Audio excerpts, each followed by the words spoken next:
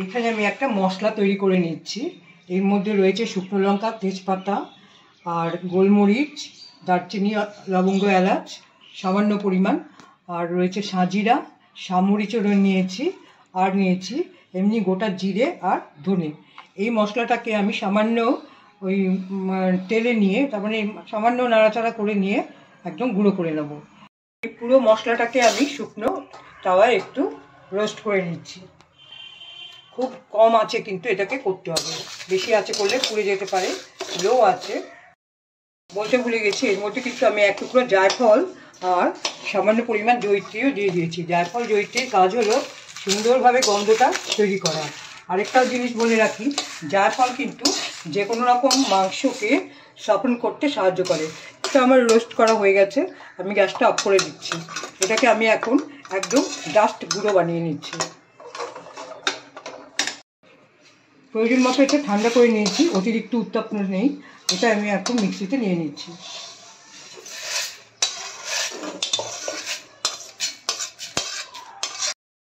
মা, আজকে তোমার মেনু কি মা? এই তো চিকেন আর ভাত। আজকে আমি চিকেনটা একটু অন্যরকমভাবে করছি, বাদাম দিয়ে চিকেন রান্না করব। এটা একদম দেখবি খেতে খুবই ভালো লাগবে। বাদাম দিয়ে চিকেন? এটা কি কষা? একটু কষা কষা কষা চাইছি আর কি। না, কষাটার সাথে খেয়েই বুঝতে পারবি এটা কী জিনিস হচ্ছে। আমি তো একটা নতুন মশলা বানিয়ে নিলাম, দেখতেই পেলি। এবার এই যে আমি এখানে রসুন, একটা গোটা রসুন আছে, 1 ইঞ্চি আদা আছে, কিছু কাঁচা লঙ্কা আছে, আর একটা গোটা পেঁয়াজ আছে, বড় পেঁয়াজ, বড় সাইজের, এগুলি। আর এইখানে নিয়েছি আমি কাজু আর এমনি বাদাম। আর কাঠবাদাম থাকলে ভালো হতো, আমি কাজু আর এমনি বাদাম নিয়েছি। এগুলোকে আমি প্রায় আধ ঘন্টার মতো ভিজিয়ে রেখেছি। এই সমস্তগুলো কিন্তু আমি একসঙ্গে পেস্ট করে নেব। এখানে ওই পেঁয়াজ, আদা, রসুন, কাঁচা লঙ্কা আর ওই বাদাম আর কাজু একসঙ্গে আমি বেটে নিয়েছি। বেটে বাটনাটা কিন্তু আমার লাগবে। আর এখানটা নিয়েছি খানিকটা টক দই, আমি এটাকে ভালো করে পেস্ট করে নিচ্ছি। পেয়েছি, এর মধ্যে আমি কিন্তু একটু বেশি পরিমাণেই তেলটা দিয়ে দেবো। আর পেঁয়াজটাকে মুচমুচে করে ভাজতে হবে, সুতরাং তেলটা একটু বেশি লাগবে। তেলটা গরম হচ্ছে, এর মধ্যে আমি 1 চামচ লবণ দিয়ে দিচ্ছি।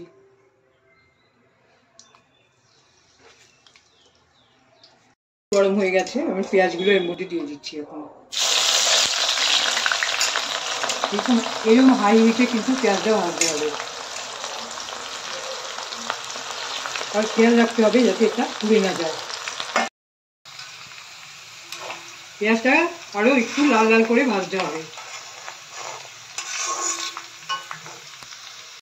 এবার তুলে নিচ্ছি।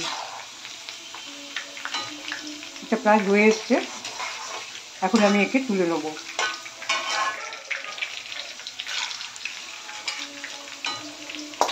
পেঁয়াজের তেলেই কিন্তু, পেঁয়াজ ভাজা তেলে আমি খানিকটা ঢেলে নিয়েছি, আর বাকি তেলের মধ্যেই কিন্তু আমি চিকেনটাকে ভেজে নেবো। এখন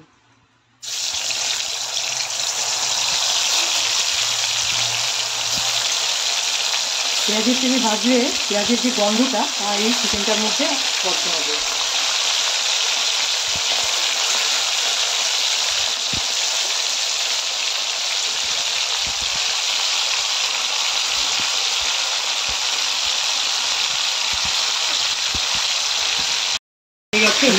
এই টাইম মিনিটে ভাজবে, তো হয়ে গেছে, আমি তুলে নিচ্ছি।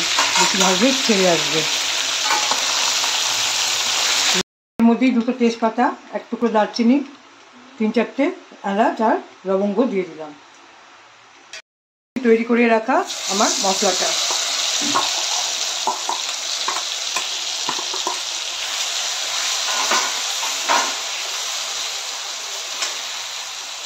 পেঁয়াজও খানিকটার মধ্যে দিয়ে দিলাম।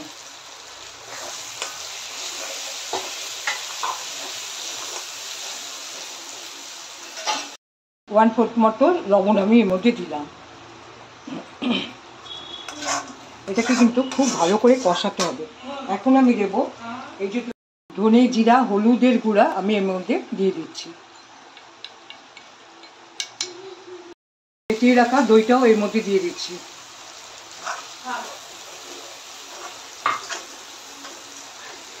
অসাধারণ গন্ধ হয়েছে, অসাধারণ গন্ধ বেরোচ্ছে, ফাটাফাটি। দিয়ে দিলাম লঙ্কার গুঁড়ো, জানি না এই জিনিসটার কে কীরকমভাবে কীরকম টাইপের টেস্ট হবে না হবে, কিন্তু গন্ধ যেটা বেরিয়েছে সেটা কিন্তু একদম পুরো অসামান্য, মানে ফাটাফাটি।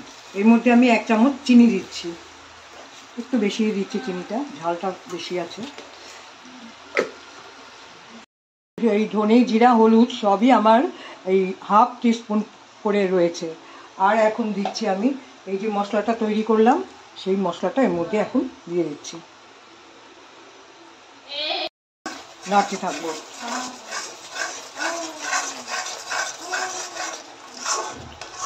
মশলাটাকে কিন্তু খুব লো আছে আমার কষাতে হবে অনেকক্ষণ সময় ধরে।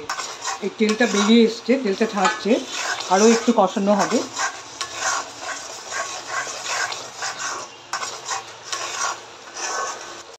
মশলাটা সুন্দর কষানো হয়ে গেছে, এবার আমি এর মধ্যে চিকেনগুলো দিয়ে দিচ্ছি।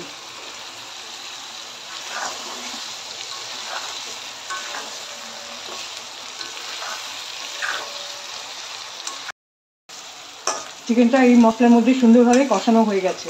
এবার আমি এখানে জলটা গরম করে রেখেছিলাম, সেটা আমি এর মধ্যে দিয়ে দিচ্ছি।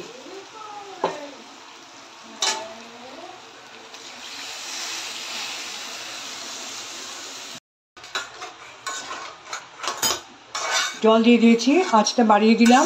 এবার আমি একে ঢেকে দিচ্ছি মিনিট 10 জন্য, তারপরে দেখবো চিকেনের কী অবস্থা, তারপরে এসে ডিসিশান নেব। 20 মিনিট হয়ে গেছে, আমার চিকেনটাও কিন্তু একদম সেদ্ধ হয়ে গেছে। আমি দেখে নিচ্ছি কীরকম অবস্থা।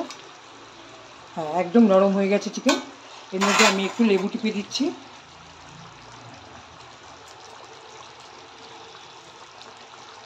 আর দিয়ে দিচ্ছি এই ভেজে রাখা পেঁয়াজটা, ছড়িয়ে দিলাম এর মধ্যে।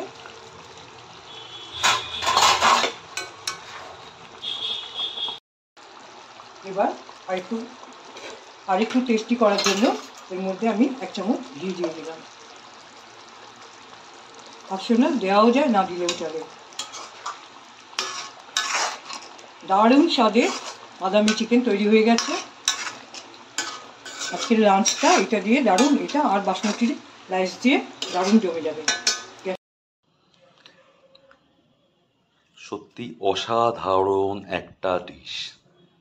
হয়তো এর গন্ধটা শেয়ার করা যাবে না, বাট